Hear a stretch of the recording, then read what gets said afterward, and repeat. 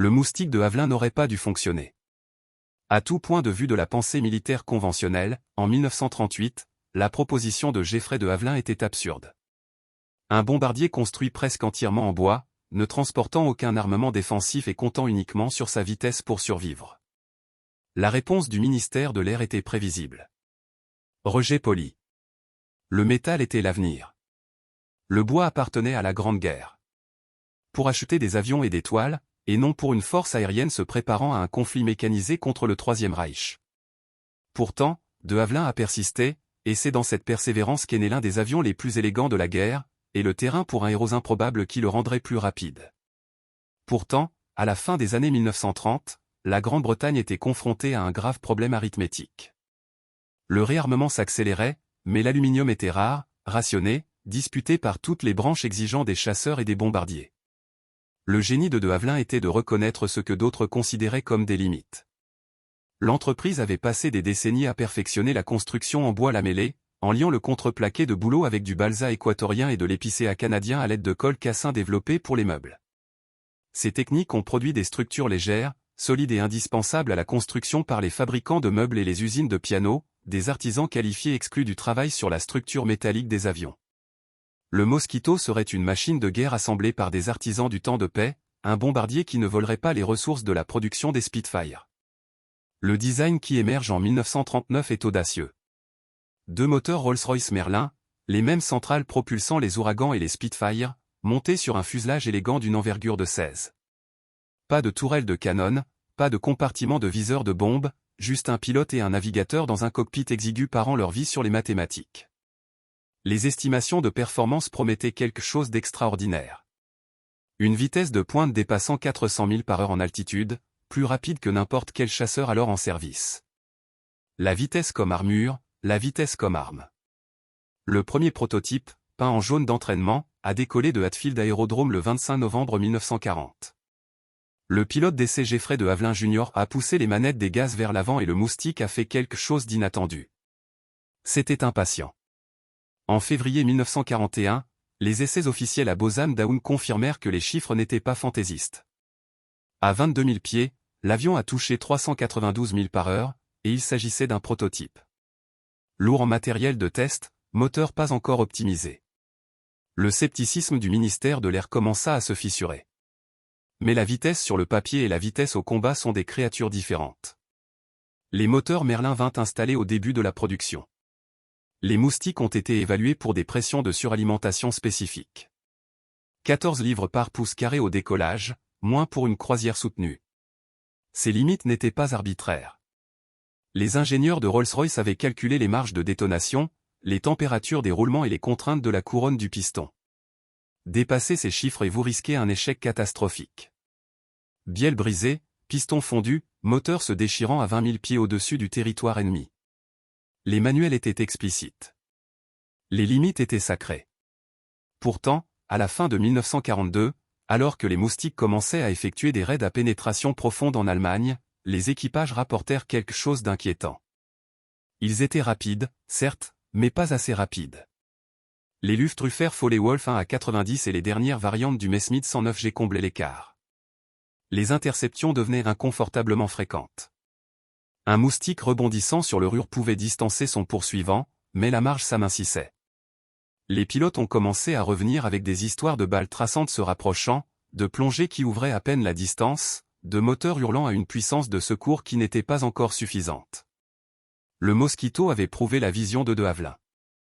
Mais maintenant, il lui fallait quelque chose de plus, quelque chose que le bureau d'études n'avait pas prévu et que les manuels ne permettaient pas. Il fallait quelqu'un prêt à lire entre les lignes de tolérance technique pour voir non pas des limites mais des possibilités. Il lui fallait quelqu'un qui comprenne que les règles écrites en temps de paix risquaient de ne pas survivre au contact des exigences de la guerre. Roderick Banks n'était pas censé changer quoi que ce soit. Il était ajusteur, pas ingénieur, une distinction que la hiérarchie de la Royal Air Force prenait au sérieux en 1942. Son atelier à la RAF Maham, à Norfolk, était l'un des dizaines disséminés dans le commandement des bombardiers, entretenant les moteurs Merlin qui propulsaient les Lancaster, les Halifax et la flotte croissante de Moustiques. Son travail était l'exécution, pas l'innovation. Démonter le moteur, inspecter les composants, remplacer ce qui est usé, remontez selon les spécifications, signez le journal de bord, renvoyez-le à la ligne.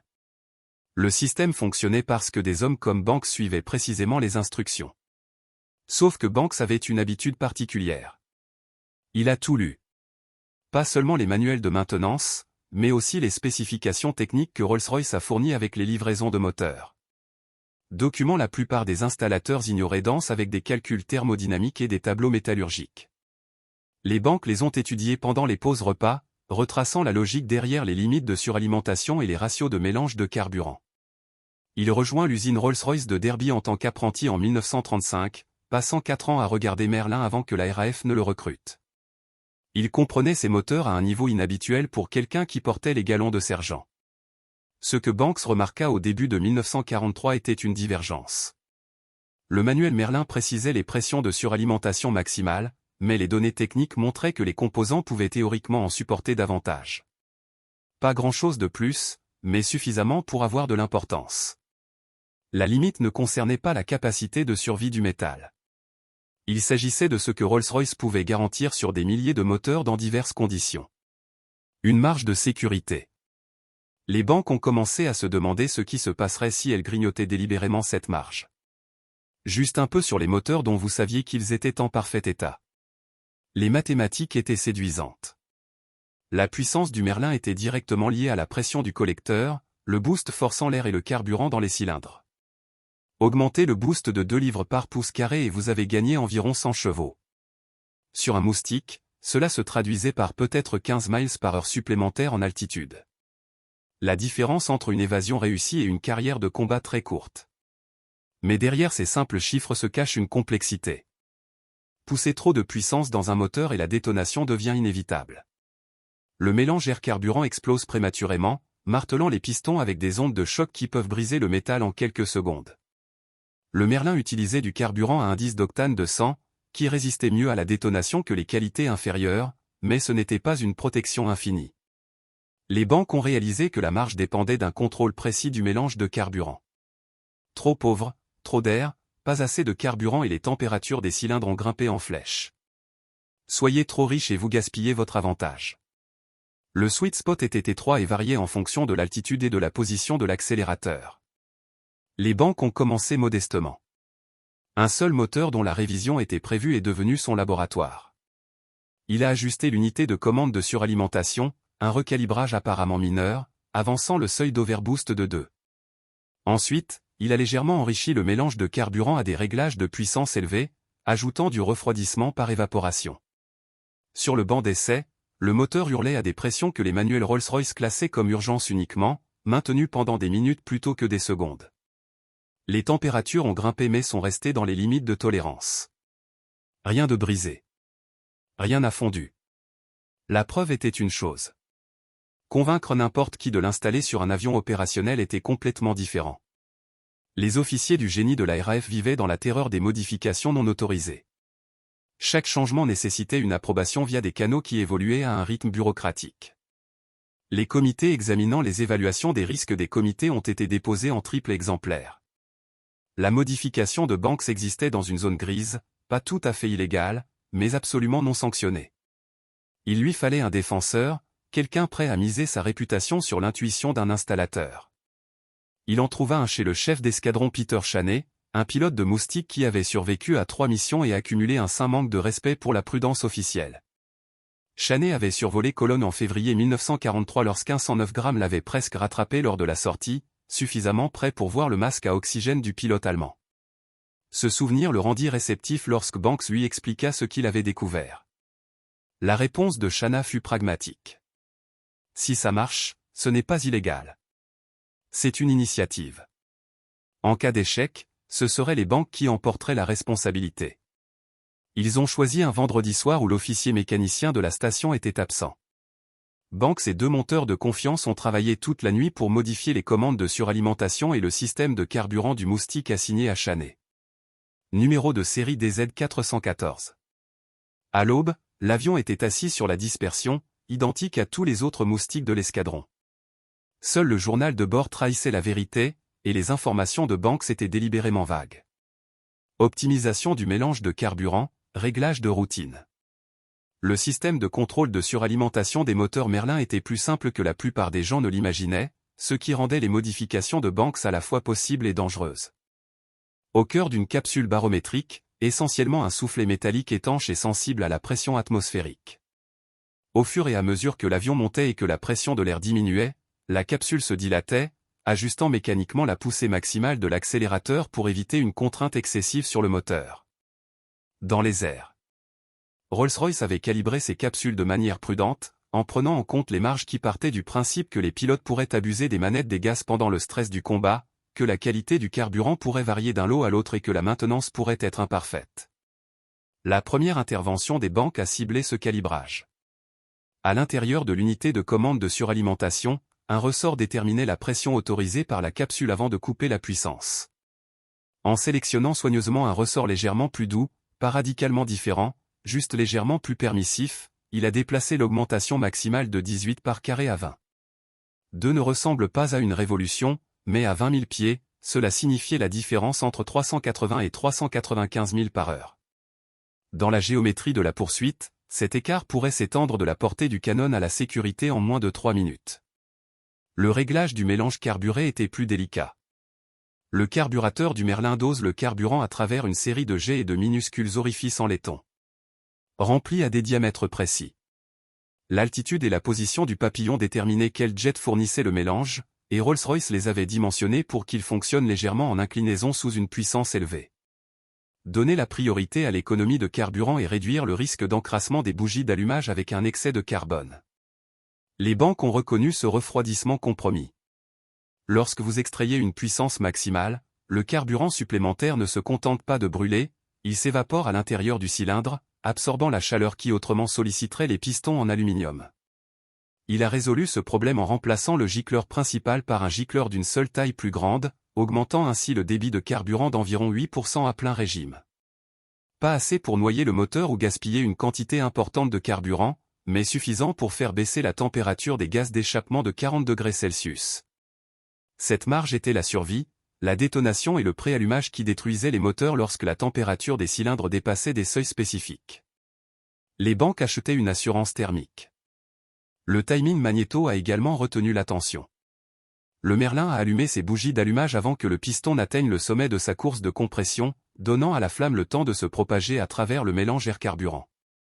Rolls-Royce a spécifié 15 degrés avant le point mort, un compromis entre puissance et sécurité. Avancer le calage à 18 degrés extrayait plus d'énergie de chaque événement de combustion, mais augmentait la contrainte mécanique sur les bielles et le vilebrequin. Banks a jugé que l'extrémité inférieure du Merlin, le carter et les roulements pouvaient le supporter, à condition que le moteur soit en parfait état. Des roulements usés ou des cylindres légèrement ovales tomberaient en panne de manière catastrophique sous la charge supplémentaire. C'est pourquoi les banques sélectionnaient avec un soin obsessionnel les moteurs à modifier. Toute centrale électrique présentant même une usure marginale revenait aux spécifications standards. Seul le Merlin fraîchement révisé avec des pistons neufs, des roulements vérifiés au millième de pouce près et des lectures de compressions identiques sur les 12 cylindres ont reçu le traitement. Il repoussait les limites, sans ignorer la physique. Les modifications n'enfreignaient aucune réglementation spécifique car aucune réglementation ne les prévoyait. La doctrine de maintenance de la RAF supposait que les installateurs suivaient exactement les spécifications du fabricant. Le livre de règles ne dit pas que vous ne devez pas ajuster les commandes de boost. Il n'imaginait tout simplement pas que quiconque essaierait. Les banques opéraient dans le silence entre autorisation explicite et interdiction explicite. Cet espace gris où l'initiative côtoie les erreurs qui mettent fin à la carrière. La position officielle de Rolls-Royce, s'ils l'avaient su, aurait été sans ambiguïté une horreur. Leur garantie est explicitement annulée si les limites de fonctionnement sont dépassées. L'entreprise avait testé les moteurs jusqu'à la destruction, déterminant ses limites, enregistrant exactement quand les pistons fondaient, quand les roulements grippaient, quand les vilebrequins se tordaient. Les marges existaient parce qu'une défaillance catastrophique en altitude signifiait la mort d'un équipage aérien et la mort d'un équipage aérien signifiait la destruction de la responsabilité, des enquêtes et de la réputation. Mais Rolls-Royce n'effectuait pas de sortie de combat au-dessus de la rue avec des chasseurs Focke-Wulf faisant la queue pour trouver des solutions de tir. Banks pariait que de brèves périodes d'augmentation élevée, des minutes et non des heures, ne déclencheraient pas les modes de défaillance que redoutait Rolls-Royce. Il pariait également sur la résistance à la détonation des carburants à indice d'octane de 100 sur sa propre capacité à sélectionner uniquement les meilleurs moteurs sur les gréeurs qui surveillaient de manière obsessionnelle les températures pendant les essais en vol. Le lendemain matin, Banks a modifié le DZ414. Peter Chaney a attrapé le Moustique seul. Profil de vol d'essai standard, monté à 15 000 pieds. Vol en palier à puissance de croisière. Puis le moment de vérité. Chaney a poussé les manettes des gaz jusqu'à la butée et a regardé les jauges de suralimentation dépasser la ligne rouge, les aiguilles se stabilisant à 20. La note du Merlin s'approfondit, un hurlement plus dur et plus urgent. L'anémomètre s'est déroulé au-delà de chiffres que Chaney n'avait jamais vus en vol en palier. La preuve arriva au-dessus de Gelson-Kirchen le 19 avril 1943. L'équipage du chef d'escadron Chaney avait été chargé d'une mission de reconnaissance de jour. Photographie d'usine de production de pétrole synthétique dans la vallée de la RUR, le genre de mission qui attirait l'attention de tous les contrôleurs de la Luftwaffe à portée radar. Le Moustique a traversé la côte néerlandaise à 24 000 pieds. Les caméras sont chaudes. Le navigateur de Chana appelle des repères via l'interphone. Ciel dégagé, visibilité parfaite, conditions terribles pour passer inaperçus. Les chasseurs allemands sont apparus après 18 minutes dans l'espace aérien ennemi. 2 Foley Wolf, 1 an à 5, en forte ascension depuis un aérodrome près de Mustay. Leur moteur radio BMW griffe l'altitude. Les vecteurs des contrôleurs étaient bons. Ils s'étaient positionnés devant la trajectoire du Mosquito, coupant ainsi la voie de fuite vers la mer du Nord. Chana les a repérés à 6000, 2 points sombres contre les cumulus, se tournant pour les intercepter. La doctrine standard de la Luftwaffe, rapprochée par le dessus et par derrière, utilisait l'avantage de vitesse de la plongée, convergeant le tir des canons de 20 mm et des mitrailleuses de 13 mm. Chaney n'a pas paniqué. Il a terminé le tournage de l'appareil photo, laissant l'équipement photographique capturer ces images pendant que les FW-190 parcouraient la distance entre le M puis il parla doucement à son navigateur. Voyons ce que Banks nous a donné. Les manettes des gaz étaient déjà au maximum, mais maintenant Chana activa la commande prioritaire, les poussant au-delà des butées dans le territoire indiqué par les manuels Rolls-Royce comme étant uniquement d'urgence. Les jauges de suralimentation ont grimpé à 20 livres, puis légèrement au-delà. Le Merlin répondit par un bruit sourd qui vibra à travers la cellule. Le Moustique a accéléré comme s'il avait reçu un coup de pied. Chana sentit viscéralement cette augmentation. Il ne s'agit pas d'une construction douce de la vitesse conventionnelle, mais de quelque chose de plus immédiat. L'anémomètre a dépassé 400 000 par heure, toujours en hausse. L'altimètre a commencé à se dérouler malgré la grande ouverture des manettes des gaz. Ils échangeaient de la hauteur contre de la vitesse dans une descente peu profonde qui conservait l'énergie tout en creusant l'écart. Le pilote de tête du FW-190 a reconnu ce qui se passait et s'est ajusté, poussant son propre avion dans une plongée plus raide pour maintenir la géométrie de poursuite. Pendant 30 secondes, il a tenu la position, peut-être même légèrement fermée. Puis l'écart a commencé à se creuser. 500 mètres sont devenus 600.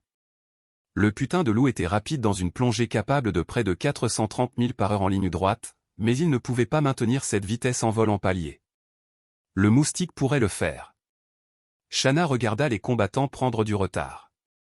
Leurs pilotes avancent sans aucun doute leur propre manette vers le pare-feu, extrayant tout ce que les ingénieurs de BMW avaient conçu dans ces rayons radio. Ce n'était pas suffisant. À 800 mètres de la portée effective du canon, les FW-190 se sont détachés. Chaney a maintenu sa pleine puissance pendant encore 3 minutes, retournant dans l'espace aérien à mis au-dessus de l'esture de l'abri avant de finalement relâcher les manettes des gaz. Le Merlin s'installe en croisière, les températures sont élevées, mais dans des limites acceptables. Les 2 moteurs avaient survécu. Plus important encore, lui aussi. L'officier du renseignement qui a débriefé Chaney a noté la rencontre de manière clinique. A réussi à échapper à 2 FW-190 grâce à l'avantage de la vitesse. Ce que le rapport n'a pas saisi, c'est la signification. Ce n'était pas une évasion chanceuse ou une manœuvre intelligente. C'était la physique gagnante. Le premier chasseur de la Luftwaffe, spécialement conçu pour attraper les bombardiers alliés, avait été dépassé en vol en palier par un avion qu'il aurait dû assassiner. La nouvelle s'est répandue dans les escadrons Mosquito avec une rapidité que seules les informations réellement utiles peuvent atteindre. D'autres pilotes ont commencé à poser des questions à Chaney, et Chaney les a dirigés vers Banks avec un regard entendu. En mai, 3 autres moustiques à Maham avaient reçu les modifications. En juin, Banks passait ses soirées à travailler sur des moteurs d'autres escadrons, son atelier devenant un centre de performance non officiel. Les modifications restaient techniquement non autorisées, mais elles étaient de plus en plus tolérées par les commandants de station qui se préoccupaient davantage du retour des équipages que de la perfection réglementaire. The Combat Report Accumulated Through Summer 1943. On 17 th of June, a modifié Mosquito ou 30 Messerschmitt 109 G6 S over Hamburg. Le 3 juillet, un autre échappe à la poursuite déterminée de l'avion de Kurt Bulligan. Bouan étant un AO 112 Victoire qui a su précisément réaliser une interception. Il ne pouvait pas attraper le moustique. Le 22 août, un équipage rentrant chez lui en boitant sur un moteur après des dégâts de flaque a utilisé les modifications de Banks sur le Merlin restant pour rester devant 209 qui auraient dû les terminer facilement. Les statistiques sont devenues indéniables. Des moustiques équipés de moteurs modifiés revenaient de sorties auxquelles les avions conventionnels n'avaient pas survécu. Le taux de perte des machines modifiées par les banques était inférieur à la moitié de celui des moustiques standards effectuant des missions comparables.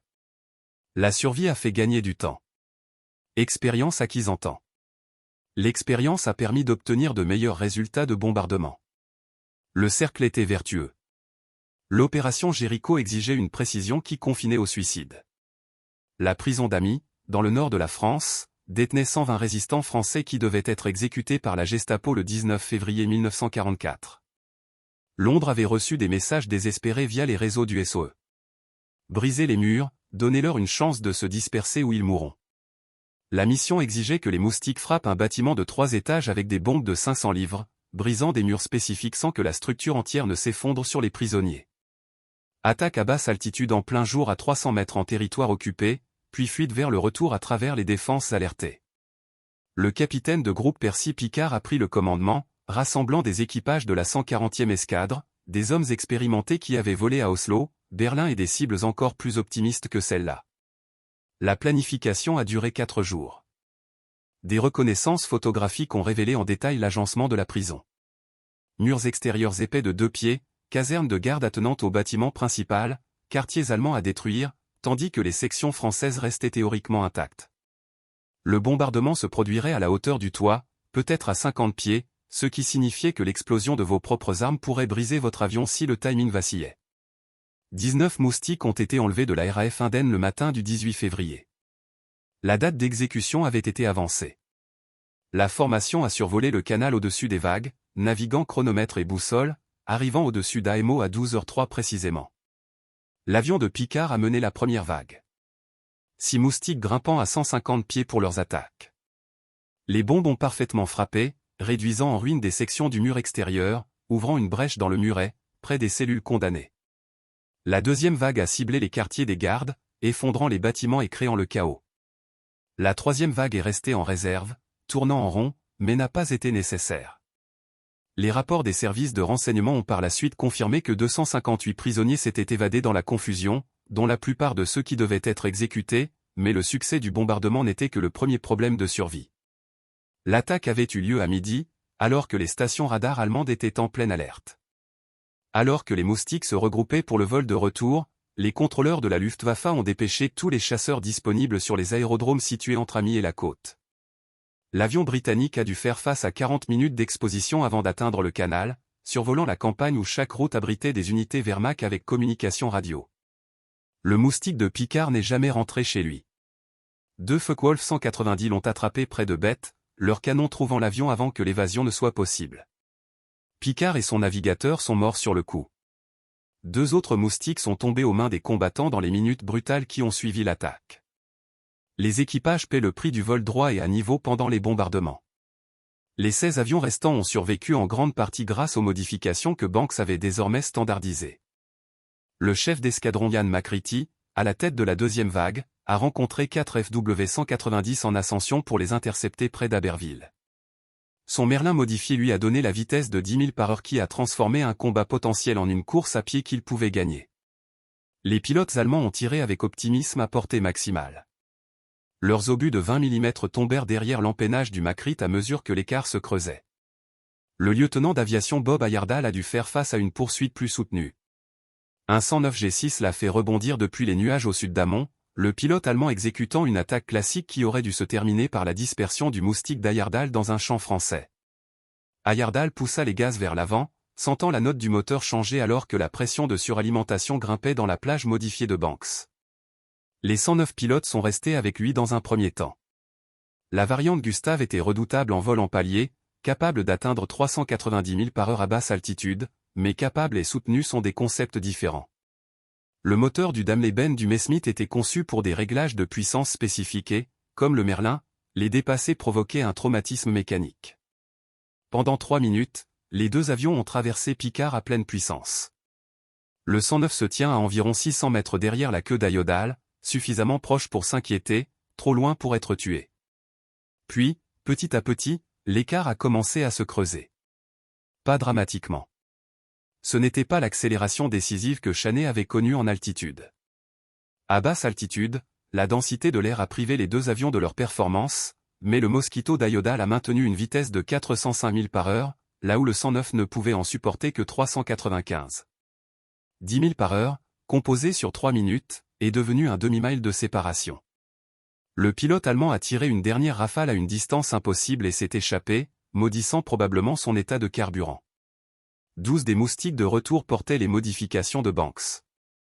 Tous les 12 sont rentrés chez eux. Les 4 pertes comprenaient l'avion non modifié de Picard et 3 autres avions répondant aux spécifications standards. La taille de l'échantillon était petite, les statistiques non définitives, mais les équipages tiraient leurs propres conclusions. En mars, Banks recevait des demandes d'escadrons dont il n'avait jamais entendu parler. Les ingénieurs du génie fermaient les yeux sur les modifications qu'ils ne pouvaient pas officiellement reconnaître. La rage d'Hermann Göring devenait légendaire même selon ses standards théâtraux.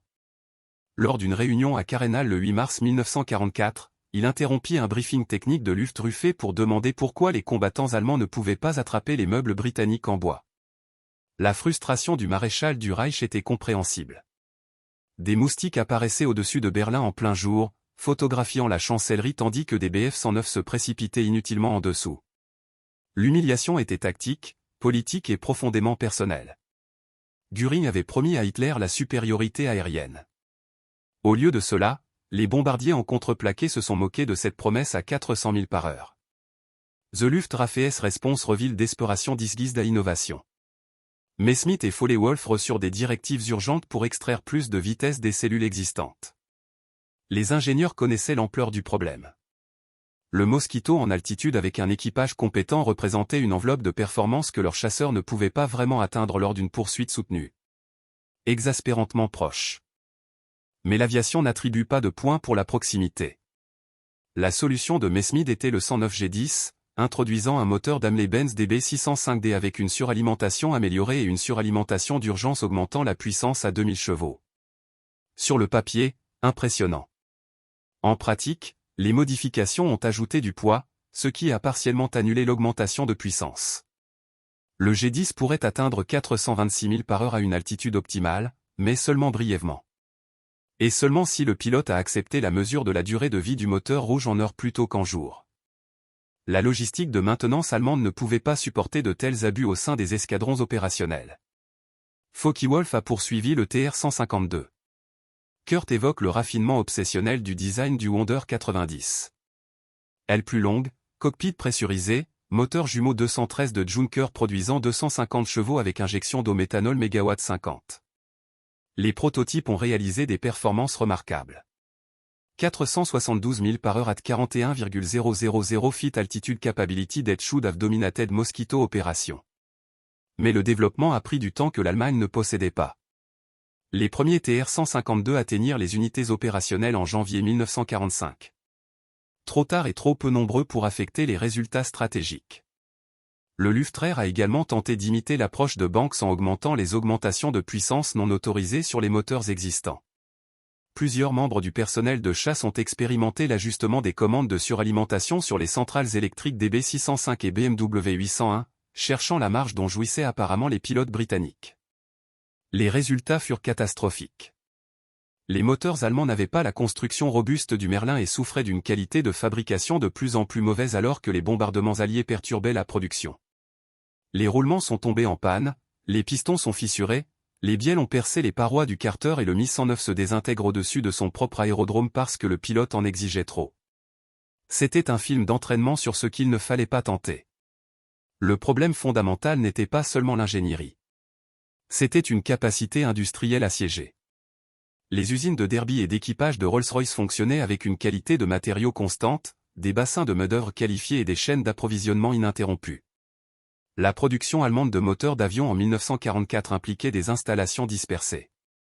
Le travail des esclaves aux compétences variées et aux matériaux remplacés lorsque les alliages appropriés devenaient indisponibles. Les tolérances ont souffert. Le contrôle qualité est devenu théorique. Un moteur mesuré correctement sur papier peut cacher des défauts apparus uniquement sous contrainte. Oberst Adolf Galland, le général de Jagdflieger a compris cette réalité avec une amère clarté. Dans un mémorandum d'avril 1944 adressé à Göring, Galland notait que même lorsque les chasseurs allemands réussissaient à intercepter des moustiques, les bombardiers s'échappaient souvent grâce à un vol soutenu à grande vitesse que nos avions ne pouvaient égaler sans risquer une panne mécanique. Il a demandé l'autorisation de retirer ces combattants des zones moins critiques pour les concentrer en nombre écrasant contre les racines des moustiques, acceptant des pertes ailleurs pour garantir la destruction des bombardiers rapides. Göring a rejeté la proposition. Le maréchal du Reich restait convaincu qu'il existait des solutions techniques permettant à la supériorité technique allemande, un article de la foi nazie, de produire des avions sur le humble contreplaqué britannique. Il a détourné des ressources vers le développement de chasseurs à réaction, le Mi-262 promettant une vitesse qui rendrait le Mosquito obsolète. Les avions à réaction finirent par voler, et ils étaient en effet assez rapides, mais ils arrivèrent par poignées alors qu'il en fallait des centaines, pilotés par des équipages formés à la hâte, brûlant du carburant que l'Allemagne ne pouvait pas épargner. Pendant ce temps, les opérations anti-moustiques se sont intensifiées. Les bombardiers rapides ont frappé des cibles en plein jour que les bombardiers lourds n'attaquaient que dans l'obscurité. Usine de roulement à billes à Schrijnfort, site Wehuipon le long de la côte française, siège de Gustavo à Copenhague. L'impact psychologique a dépassé les dommages physiques. Les civils allemands observant les moustiques passer au-dessus de leur tête, sans être touchés par la flaque ou les combattants, comprirent que leur tant vanté Luftwaffe avait perdu le contrôle du ciel. Certains pilotes de la Luftwaffe ont développé un respect réticent pour leurs adversaires insaisissables. Alpman Enska, un vétéran avec 33 victoires, a écrit dans son journal après l'échec d'une interception de moustiques, le Tommy volait comme si le diable était derrière lui. Ou peut-être que le diable était dans ses moteurs. Note ne connaissait pas les banques, les commandes de suralimentation modifiées et les mélanges de carburant enrichis, mais il reconnaissait que quelque chose au-delà du bureau d'études donnait à ces bombardiers en bois leur avantage. À l'automne 1944, l'atelier de Banks à Maham était devenu quelque chose entre légende et nécessité logistique. Les équipages arrivant d'autres stations apportaient des bouteilles de whisky et des problèmes d'ingénierie, espérant que le sergent au toucher magique pourrait examiner leur merlin. Les banques ont accepté lorsque le temps le permettait, mais la demande dépassait ce qu'un seul homme pouvait physiquement réaliser. La solution est apparue de manière organique. Il commence à former d'autres personnes, transmettant ses connaissances à des monteurs qui font preuve à la fois d'aptitude technique et d'une discrétion appropriée. Le réseau s'est développé avec précaution. Les banques ont identifié les candidats par recommandation, préférant les mécaniciens qui avaient travaillé dans les installations de Rolls-Royce ou qui avaient fait preuve d'une initiative inhabituelle. Ils les invitaient à observer une modification du moteur, expliquant la théorie pendant que ses mains effectuaient la pratique, le réglage de la commande de suralimentation, le remplacement du jet de carburant, l'avance du timing de la magnéto. Chaque procédure a été démontrée 2 fois. Ensuite, l'étudiant a tenté l'expérience sous surveillance. Les banques ont rejeté quiconque ne pouvait pas expliquer pourquoi chaque modification fonctionnait, pas seulement comment l'exécuter. La compréhension a évité des erreurs catastrophiques. Sergent d'aviation Thomas Yardley est devenu l'élève le plus accompli de Banks. Yardley avait passé 3 ans à l'usine Rolls-Royce de Hillington, près de Glasgow, avant de rejoindre la RAF, et il possédait une compréhension intuitive de la thermodynamique que Banks reconnut immédiatement. En novembre 1944, Yardley modifiait les moteurs de la RAF Coningsby, au service des escadrons de Lancaster qui commençaient à recevoir des variantes propulsées par Merlin. Les modifications furent transférées avec succès aux bombardiers lourds, même si les gains de performance furent moins spectaculaires. Un Lancaster ne pouvait pas distancer les chasseurs, quels que soient les réglages du moteur. Mais la puissance supplémentaire a amélioré les taux de montée et le plafond à haute altitude, ce qui en a fait des cibles légèrement plus difficiles. Le caporal James Denison a établi un autre nœud à la RAF Whiteton à Cambridge, se concentrant exclusivement sur les escadrons de moustiques. Denison était plus jeune que Banks, seulement 23 ans, mais il avait parfaitement absorbé les leçons. Sa contribution a consisté à affiner l'ajustement du mélange de carburant pour différents profils opérationnels. Les moustiques effectuant des frappes anti-navires à basse altitude nécessitaient des réglages de mélange différents de ceux effectuant une reconnaissance à haute altitude. Denny a élaboré les variations, créant ce qui équivalait à des configurations de moteurs mal spécifiques. Le réseau non officiel fonctionnait grâce à un contrôle minutieux des informations. Les modifications n'ont jamais été discutées par téléphone ni mentionnées dans la correspondance officielle. Les connaissances se transmettaient en face à face, de mécanicien à mécanicien, généralement lors de visites en station qui concernaient officiellement des questions d'entretien courant. Les officiers du génie de l'escadron ont développé un déni plausible. They knew something was happening to engine performance, but the paperwork showed only standard overhaul and adjustment. S'ils étaient interrogés par une autorité supérieure, ils pourraient honnêtement affirmer qu'ils ignorent les détails. Cet arrangement convenait à tout le monde, sauf au règlement. Les directives techniques du ministère de l'Air exigeaient toujours que toutes les modifications reçoivent une approbation formelle, des tests et une documentation. Le réseau des banques a entièrement violé cette structure, fonctionnant comme un système fantôme, optimisant les avions via des canaux que la bureaucratie ne reconnaissait pas. La situation n'était viable que parce que les résultats ont dépassé les objections. Les escadrons de moustiques ayant accès à des moteurs modifiés ont montré des statistiques opérationnelles constamment meilleures, des taux d'achèvement des tris plus élevés, des pertes au combat inférieures et des engagements cibles plus réussis. Pourtant, ces modifications comportaient de véritables risques que les banques n'ont jamais minimisés. Les moteurs fonctionnant à des pressions de suralimentation élevées accumulaient de la fatigue plus rapidement que les centrales électriques standards. Les composants qui pouvaient normalement survivre 200 heures entre deux révisions devaient parfois être remplacés après 150 heures. L'érosion de la couronne du piston s'est produite plus fréquemment. Les soupapes d'échappement présentaient une usure accrue. Le spectacle s'accompagnait d'une facture d'entretien que quelqu'un devait payer. Plus grave encore, des échecs catastrophiques se sont produits. En décembre 1944, un moustique décollant de baie a subi une panne de bielle dans le moteur bâbord à 400 pieds. La tige a percé le carter. De l'huile s'est répandue sur le collecteur d'échappement chaud et un incendie s'est immédiatement déclaré. L'équipage a fait faire le tour du circuit à l'avion avec le moteur restant et a atterri avec succès. Mais l'incendie a détruit l'aile avant que les équipes au sol n'aient pu l'éteindre. L'enquête post-ac a révélé que le moteur en panne avait été modifié 3 semaines plus tôt. Banks a personnellement examiné l'épave. La bielle défaillante présentait des fissures de fatigue compatibles avec une charge excessive sur plusieurs vols. Les dossiers d'entretien du moteur indiquaient qu'il avait accumulé 178 heures depuis la révision dans les limites normales.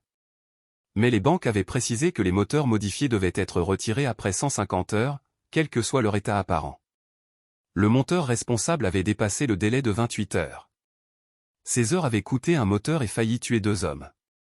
L'incident a incité les banques à formaliser légèrement son réseau informel. Il a créé un système de suivi simple, un petit carnet dans lequel chaque moteur modifié recevait une entrée en ligne avec le numéro de série, la date de modification et la limite d'heure. Des copies ont été envoyées à ces installateurs qualifiés avec des instructions explicites. Tirer le moteur à la limite, quel que soit son état de santé.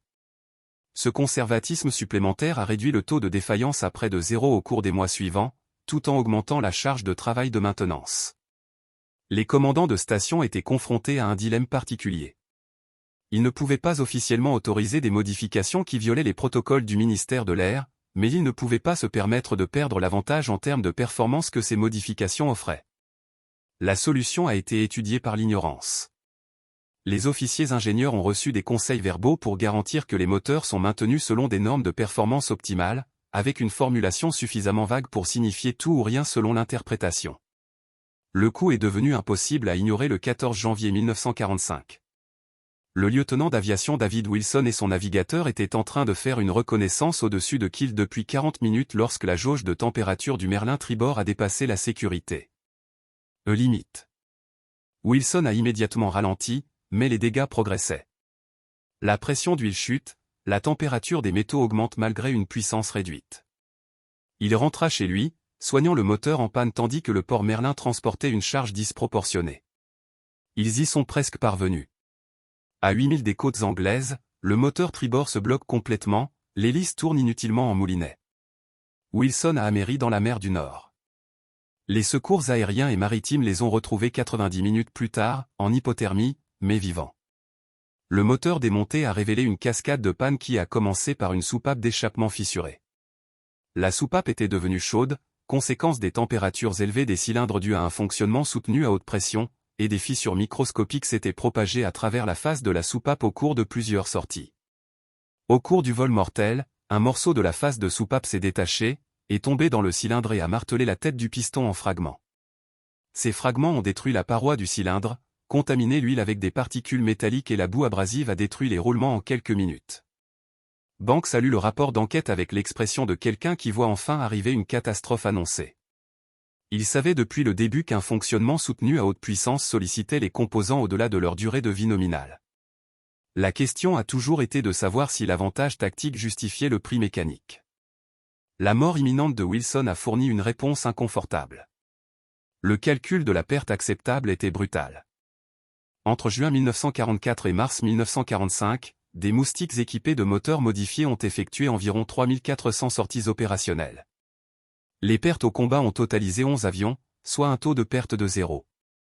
Les moustiques de spécification standard effectuant des missions comparables ont perdu 47 avions entre 6 et 800 sorties, soit 0,69%. Les avions modifiés avaient statistiquement 2 fois plus de chances de revenir. Mais ces mêmes moteurs modifiés ont subi 23 pannes mécaniques suffisamment graves pour forcer des atterrissages d'urgence ou des abandons. 3 équipages sont morts dans des accidents directement imputables à une panne moteur. 7 autres ont été blessés. L'arithmétique morale troublait Banks plus qu'il ne l'admettait. Chaque modification qu'il approuvait pouvait sauver un équipage des chasseurs allemands, mais le mettait simultanément en danger face à ses propres centrales électriques. La décision ne lui appartenait pas seule. Les pilotes ont demandé les modifications, comprenant les compromis, mais Banks a ressenti le poids des conséquences.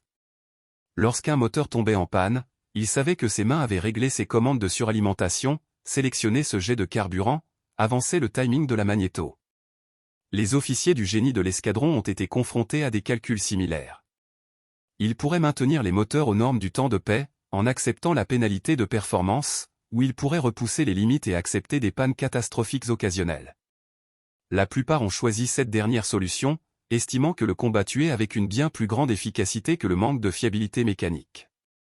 Un équipage abattu au-dessus de l'Allemagne risquait la mort ou des années dans des camps de prisonniers. Un équipage contraint d'abandonner suite à une panne moteur survivait généralement si les services de secours intervenaient rapidement. La mer du Nord a été brutale, mais ce n'était pas la Gestapo. Rolls-Royce est resté officiellement inconscient des modifications généralisées, mais les ingénieurs de l'entreprise n'étaient pas stupides. Les représentants du service sur le terrain visitant les stations de la RAF ont remarqué que les moteurs étaient renvoyés pour révision, montrant des modèles d'usure incompatibles avec les conditions de fonctionnement nominales. Des questions ont été posées, des réponses soigneusement vagues ont été fournies. Les représentants ont fait part de leurs soupçons à Derby, où la haute direction a été confrontée à une réalité inconfortable. Leur moteur fonctionnait au-delà des spécifications, apparemment avec succès, et une plainte pourrait forcer la RAF à s'arrêter, réduisant ainsi l'efficacité du moustique. Certains ingénieurs de Rolls-Royce étaient fascinés en privé. La société s'était montrée prudente en ce qui concerne les évaluations du Merlin, privilégiant la fiabilité plutôt que les performances maximales, mais elle avait toujours soupçonné l'existence d'une marge supplémentaire. Les modifications apportées par Banks étaient essentiellement un programme de test sur le terrain non autorisé, fournissant des données que les tests en temps de paix ne généreraient jamais. Les moteurs fonctionnent jusqu'à la destruction dans des conditions de combat. Des milliers d'heures de fonctionnement à haute contrainte, toutes documentées dans les journaux de maintenance. Le coût humain s'est étendu au-delà des équipages écrasés. Le personnel au sol travaillant sur des moteurs modifiés opérait sous une pression constante. Il connaissait chaque décision. Approuver un moteur pour le vol, retarder une révision de 10 heures, accepter une lecture de température marginale entraînait des conséquences de vie ou de mort. Flight Sergent Yardley développait dans UC Byerly 1945. The Stress of Responsibility Manifesting Physically. Plusieurs ajusteurs ont demandé des transferts vers des unités non opérationnelles, incapables de supporter le fardeau psychologique. Banks lui-même a montré l'attention. Des photographies de la fin de 1944 révèlent un homme qui avait considérablement vieilli en 2 ans. Le mécanicien confiant qui avait modifié le DZ414 pour la première fois était devenu quelqu'un qui avait compris que l'innovation tuait aussi bien que sauvait. Il continue de croire que les modifications sont nécessaires. Les statistiques de combat confirmaient que conclusion, mais la nécessité n'élimine pas la culpabilité lorsque les choses tournent mal. La question de savoir s'il fallait continuer est devenue sans objet en février 1945 lorsque l'ingénieur en chef de Rolls-Royce est arrivé à Marham à l'improviste. Ernest Ives n'a pas annoncé sa visite parce qu'il voulait voir la réalité, pas une version aseptisée préparée pour l'inspection de la direction. Le directeur général de la division moteur d'avion de Rolls-Royce arrive à la RAF Marham le 12 février 1945. Conduisant lui-même dans une voiture d'état-major empruntée au ministère de l'Air, il retrouve Banks dans l'atelier 3, les coudes enfoncés dans un Merlin qui avait accumulé 147 heures depuis sa dernière modification. Il va regarder en silence pendant 10 minutes avant de parler. « Montrez-moi ce que vous faites, sergent. » Tout cela. La conversation qui a suivi a duré 3 heures. Banks a expliqué les modifications du contrôle de suralimentation, a démontré les remplacements des jets de carburant et a parcouru sa matrice de décision pour sélectionner les moteurs à traiter. Il ne s'est pas excusé ni justifié. Il a simplement présenté la réalité technique et les résultats des combats. Il va poser des questions précises sur les marges de détonation, les charges portantes et les contraintes thermiques. Ce n'était pas un interrogatoire. Il s'agissait de 2 ingénieurs discutant de problèmes que la plupart des gens ne pouvaient pas comprendre. Il avait apporté les dossiers de service de 200 moteurs Merlin sélectionnés au hasard parmi les escadrons opérationnels. Il les a répartis sur un établi, triant les modifications provenant des centrales électriques standards en fonction des modèles d'usure. Visible dans la documentation. Les moteurs modifiés présentaient une usure des composants sensiblement plus élevée, exactement comme les banques l'avaient prédit, mais les taux de défaillance restaient dans des limites acceptables, à condition que la discipline de maintenance reste rigoureuse. Ce qui a surpris Yves, c'est la cohérence. Banks modification ou RNT random tinkering. Il représentait une approche d'ingénierie cohérente appliquée systématiquement. Le directeur de Rolls-Royce a posé des questions sur les échecs. Banks a fourni son carnet, le simple journal retraçant chaque moteur modifié, 23 pannes mécaniques sur 3400 sorties, un taux d'échec de 0. Il va comparer cela au taux d'échec opérationnel standard de Merlin de 0. Les moteurs modifiés tombaient en panne 2 fois plus souvent, mais les avions qui en étaient équipés survécurent au combat 2 fois plus vite. L'effet net a été une diminution du nombre d'équipages morts. D'un point de vue purement utilitaire, les modifications apportées par Banks ont sauvé des vies. La réponse de Yves a surpris toutes les personnes présentes. Plutôt que d'ordonner l'arrêt des modifications, il a remercié les banques d'avoir identifié les marges de performance que Rolls-Royce avait été trop conservatrice pour exploiter. La société avait en effet intégré des facteurs de sécurité substantiels dans les qualifications du Merlin, et les opérations de combat avaient révélé que ces marges étaient plus importantes que nécessaires. Banks n'avait rien découvert que les ingénieurs de Rolls-Royce ne savaient théoriquement. Il avait simplement accepté d'agir sans attendre l'approbation du comité. En quelques semaines, Rolls-Royce publia le bulletin de service technique 184 daté du 7 mars 1945. Le document autorisait l'augmentation des pressions de suralimentation pour les moteurs Merlin dans des applications spécifiques, codifiant essentiellement les modifications de Banks avec sanction officielle. Le bulletin précisait les conditions. Les moteurs doivent être fraîchement révisés, fonctionner avec du carburant vérifié à indice d'octane de 100 avec des inspections obligatoires à intervalles de 150 heures. Le mélange de carburant enrichi est devenu la norme pour les réglages de puissance élevée. Le timing de la magnéto est resté inchangé. Rolls-Royce a jugé l'augmentation de la contrainte du vilebrequin excessive pour une application générale, bien qu'elle ne l'ait pas interdite. Le bulletin a transformé du jour au lendemain les modifications apportées par les banques au marché gris en procédure approuvée. Ce qui était techniquement illégal est devenu officiellement sanctionné, justifiant rétroactivement 2 ans d'ingénierie non autorisée. Plus important encore, cela a confirmé le jugement technique de Banks. Rolls-Royce ne tolérait pas simplement son travail. Il l'adoptait. L'impact s'est étendu au-delà du moustique. Les moteurs Merlin équipant les derniers modèles de Spitfire et de Mustang ont reçu des modifications similaires, améliorant les performances à haute altitude par rapport aux avions à réaction allemands. Les moteurs Merlin de la série 100 développés pour les applications d'après-guerre incorporaient les leçons tirées des modifications apportées sur le terrain en temps de guerre, notamment une résistance à la détonation améliorée et des pressions de suralimentation durable plus élevées. Les empreintes digitales de Banks étaient partout dans l'évolution finale du Merlin, bien que son nom n'apparaisse nulle part dans les documents officiels de développement. La reconnaissance est arrivée sous des formes particulières. Banks a été promu adjudant en avril 1945, ce qui est inhabituel pour une personne sans qualification d'équipage navigant. La citation faisait état de contributions techniques exceptionnelles à l'efficacité opérationnelle, d'un langage bureaucratique qui masquait les réalisations réelles. Plusieurs pilotes dont la vie avait été sauvée grâce à des moteurs modifiés ont écrit des lettres personnelles, mais la plupart lui ont simplement serré la main lors des visites en station et n'ont rien dit de plus. Le meilleur merci était de rentrer vivant à la maison.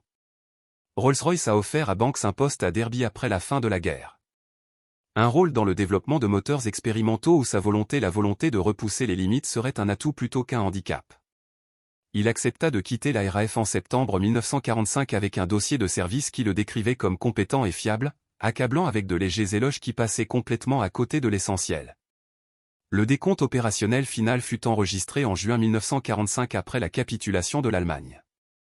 Les Moustiques équipés de moteurs modifiés avaient effectué 8200 sorties au cours de la dernière année de la guerre, perdant 27 avions, toutes causes confondues, 0. Les Moustiques standards au cours de la même période, 4100 sorties, 31 pertes, 0. Les preuves statistiques étaient accablantes. Les modifications apportées par Banks avaient réduit les pertes au combat de plus de moitié, sauvant la vie d'environ 200 membres d'équipage grâce à de simples ajustements mécaniques qui ne coûtaient rien d'autre qu'une attention particulière. Le ministère de l'Air n'a jamais officiellement reconnu le rôle de la modification dans le succès du Mosquito. Les histoires officielles attribuaient l'excellence inhérente à la conception de l'avion, ce qui était vrai, mais incomplet. Le Moustique était génial, mais Banks l'a amélioré. Roderick Banks est décédé en 1992, à l'âge de 76 ans, dans la banlieue de Derby, où il avait passé 47 ans à perfectionner des moteurs pour Rolls-Royce. Sa nécrologie dans le Derby Telegraph mentionnait une brillante carrière dans l'ingénierie aérospatiale, mais ne disait rien sur les Moustiques ou les modifications apportées en temps de guerre. L'histoire aurait pu disparaître entièrement sans une conversation fortuite lors d'une réunion de Moustiques en 1995, au cours de laquelle 3 vétérans ont mentionné indépendamment les moteurs de Banks et un historien a finalement demandé ce que cela signifiait. Le récit complet a été progressivement reconstitué à partir des journaux de maintenance, des dossiers de l'escadron et des entretiens avec le personnel au sol survivant. Ce qui est devenu évident, c'est que les Banks avaient réalisé quelque chose de rare. Innovation tactique significative par le bas. Un sergent identifiant les marges de performance que les ingénieurs et les officiers avaient manqué ou craignaient d'exploiter. Les organisations militaires encouragent en théorie l'initiative, mais en pratique, elles sont structurées pour empêcher exactement ce que les Banks ont fait, à savoir la modification non autorisée d'équipements coûteux sur la base du jugement individuel. Son succès a révélé des vérités inconfortables sur le conservatisme de l'ingénierie. Les marges de sécurité de Rolls-Royce, bien que prudentes pour une application générale, étaient excessives pour les moteurs entretenus selon les normes les plus élevées et exploités par des équipages qualifiés. Les Banks ont reconnu que la sécurité dans toutes les conditions n'était pas la même chose qu'une solution optimale pour des conditions spécifiques. The Merlin could sustain high performance if you control the variable. Entretien parfait, carburant de qualité, suivi rigoureux. Les restrictions générales de l'entreprise empêchaient l'accès à des performances réellement disponibles. Cette idée a une pertinence moderne. Les moteurs d'avions contemporains fonctionnent selon des régimes tout aussi conservateurs. Les fabricants se protègent de toute responsabilité et de conditions opérationnelles variables. Les opérateurs militaires et commerciaux découvrent régulièrement que les moteurs peuvent offrir plus que ce que suggèrent les spécifications certifiées. Mais pour exploiter cette marge, il faut exactement ce que les Banks ont démontré. Connaissances techniques approfondies, contrôle qualité obsessionnel et volonté d'accepter une usure accélérée en échange de performance. Les modifications illustraient également la différence entre l'ingénierie en temps de paix et en temps de guerre. PISM donne la priorité à la longévité, à la rentabilité et aux marges de sécurité qui tiennent compte d'un entretien imparfait. La guerre donne la priorité à la survie, acceptant une durée de vie réduite des composants si elle maintient les équipages en vie aujourd'hui, quelles que soient les factures de maintenance de demain. Banks comprit qu'un moteur qui avait survécu 150 heures au lieu de 200 était acceptable si ces 150 heures empêchaient un équipage de mourir dans le Minet 47. L'aviation militaire moderne est toujours aux prises avec cette tension. Les chasseurs de 4e et 5e génération ont des limites de performance officielles et des limites de combat non officielles que les pilotes utilisent lorsque la survie l'exige. Le moteur du F-15, par exemple, possède des puissances de poussée standard et des puissances d'urgence qui raccourcissent la durée de vie du moteur mais offrent des performances cruciales. Banks a été le pionnier de cette doctrine pour son époque, établissant que la survie justifie une usure accélérée. La réputation du moustique après-guerre a énormément bénéficié des modifications apportées au cours du conflit. Les chiffres de performance cités dans les historiques reflétaient souvent les avions modifiés par Banks, et non les spécifications standards. Le Mosquito est devenu légendaire en partie parce que Banks l'a rendu plus rapide que la conception originale de Havilland. Cela crée une ironie historique. La vitesse emblématique de l'avion résultait de modifications non autorisées sur le terrain qui violaient techniquement toutes les réglementations régissant la maintenance des avions. La formation en ingénierie examine occasionnellement le travail de Banks comme une étude de cas sur la résolution de problèmes pratiques par rapport à la procédure institutionnelle. Ces modifications démontraient un raisonnement techniquement solide appliqué en dehors des canaux officiels, soulevant des questions sur le moment où les règles doivent être suivies et quand elles doivent être contestées. Il n'y a pas de réponse confortable. Banks avait raison. Ces modifications ont sauvé des vies. Mais s'il s'était trompé, si les moteurs étaient tombés en panne de façon catastrophique à des températures plus élevées tôt, il aurait été traduit en justice pour imprudence.